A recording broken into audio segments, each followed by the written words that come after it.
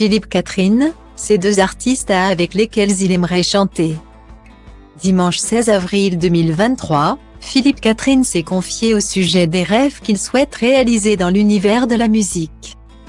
Chanteur depuis de longues années, il aimerait rencontrer des artistes d'univers très différents du sien, comme il l'a révélé sur RTL.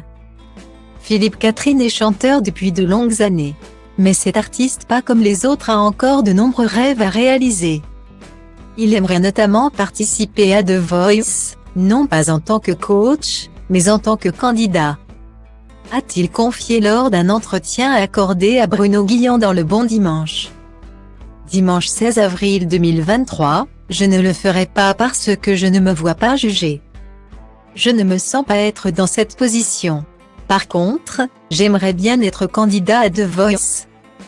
Je suis sûr que personne ne se retournerait en plus, a-t-il révélé à la grande surprise de son interlocuteur. Il faut dire qu'au cinéma aussi, Philippe Catherine aime multiplier les rencontres. Les histoires et les styles. Mis en lumière dans le long métrage réalisé par Gilles Lellouche. Le Grand Bain, il est désormais une figure montante du 7e art, ce que j'aime. C'est faire des films très éloignés les uns des autres. Entre Sophie Le Tourneur, qui lui a attribué son dernier rôle au cinéma.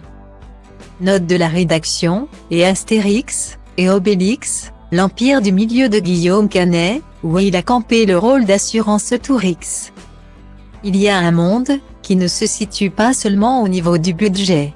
Avait-il affirmé auprès du Parisien, en mars 2023. Outre ses rêves de passer sur TF1 en prime time, Philippe Catherine souhaite partager des titres avec certains grands noms de la chanson française. Il aimerait par exemple s'essayer à un registre très loin du sien avec une artiste au succès à n'en plus finir, je pensais à Aya Nakamura. Ça me plairait. J'adore, a-t-il lancé face à Bruno Guillon, sur RTL.